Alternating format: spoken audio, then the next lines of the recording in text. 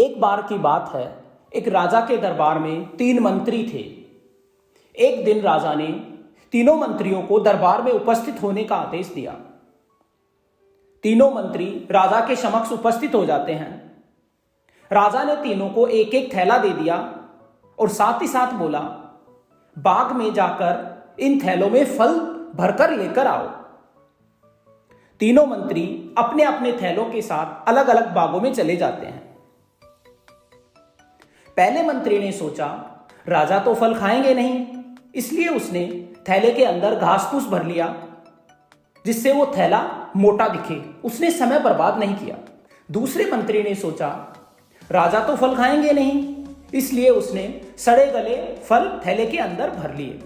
तीसरे मंत्री ने सोचा, राजा फल खाए ना खाए, कोई तो इन फलों को खाएगा, किसी के तो काम आएंगे ये, इसलिए उसने अच्छे अच्छे फल चुनकर थैले को भर लिया।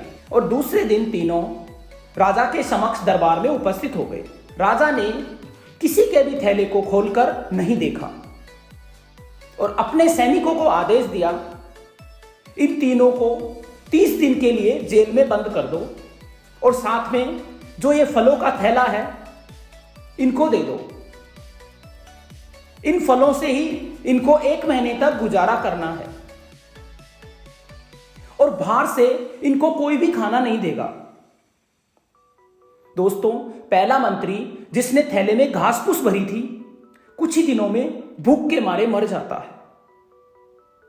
दूसरा मंत्री जिसने सड़े गले फल भरे थे, उन फलों को खाकर बीमार हो जाता है।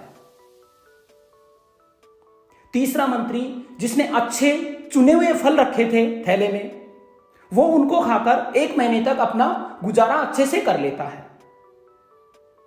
दोस्तों, इस कहानी से क्या शिक्षा मिलती है? जो आज हम दूसरों के साथ करने की सोच रहे हैं, जो गलत काम हम दूसरों के साथ करने की सोच रहे हैं, हो सकता है कल वो हमारा भविष्य हो, कल वैसा ही हमारे साथ हो। क्योंकि जिंदगी कब कौन सा दिन दिखा दे किसको पता। इसलिए अपने जीवन रूपी थैले में अच्छे फल इकट्ठे करें। रोज अपने आप से प्रश्न करें, कहीं मैंने आज कोई सड़ा हुआ फल तो नहीं डाल दिया, क्योंकि हो सकता है क्या पता भविष्य में मुझे उसे खाना पड़े, मैं बीमार पड़ जाऊंगा। इसलिए रोज चुन के अच्छे फल अपने थैले में डालें, जीवन रूपी थैले में डालें और प्रश्न रहें और आगे बढ़ते रहें। धन्यवाद दोस्तों।